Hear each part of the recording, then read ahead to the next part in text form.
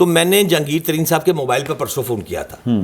کل ہم نے یہ خبر دی تھی, اس میں ہم نے یہ بتایا تھا, جہانگیر ترین سے میری ڈائریکٹلی بات تو نہیں ہوئی, لیکن جو شخص جس نے اٹھایا تھا اتنا ہی قابل احترام تھا جیسے آپ دادا جی آپ کے لیے قابل احترام ہے. تو بڑا اتھینٹک آدمی تھا. میرے قابل احترام نہیں.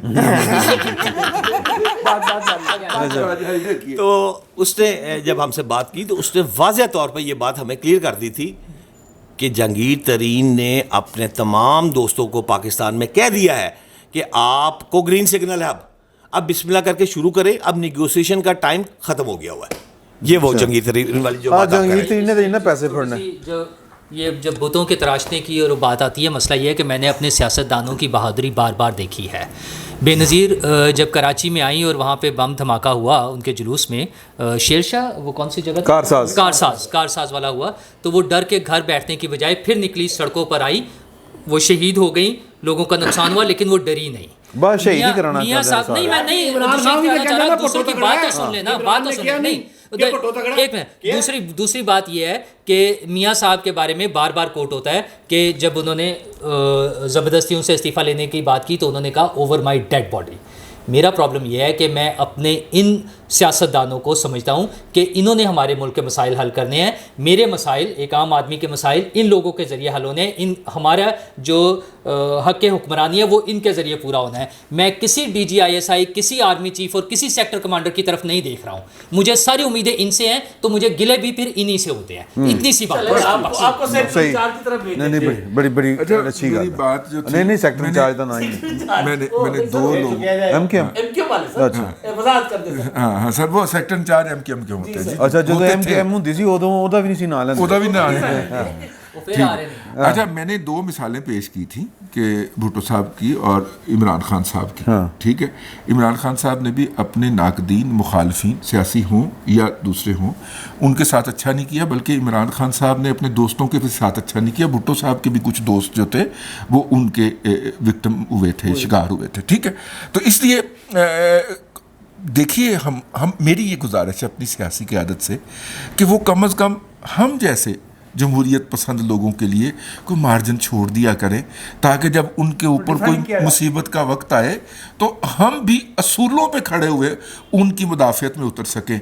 بڑا مشکل ہوگا آپ کے لیے عمران خان کی مدافعت میں اترنا, وہ چکے جان تو بات ٹھیک ہے نا, بڑا مشکل ہوتا ہے اپنے دوست احباب کو, اگر ان کے خلاف کوئی اپنے دوست آپ اٹھائے جائیں گے تو پھر میں آپ سے پوچھوں. نہیں اسی پہلے بھی خلاف بول رہے تھے. گورنمنٹ جو ہے نا, گورنمنٹ اس کو اس کے ایکٹس کو دیکھنا وہ ہمارا کام ہے, اس پہ سوال کرنا ہمارا کام.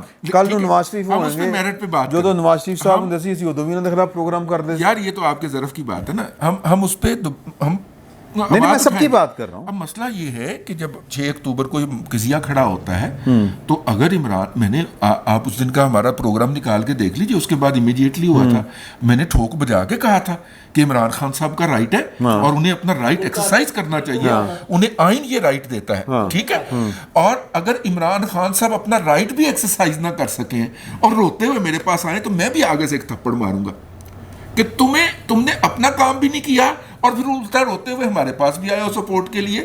آپ اپنا کام تو کریں نا بھائی. نہیں کام ہوتا ہے.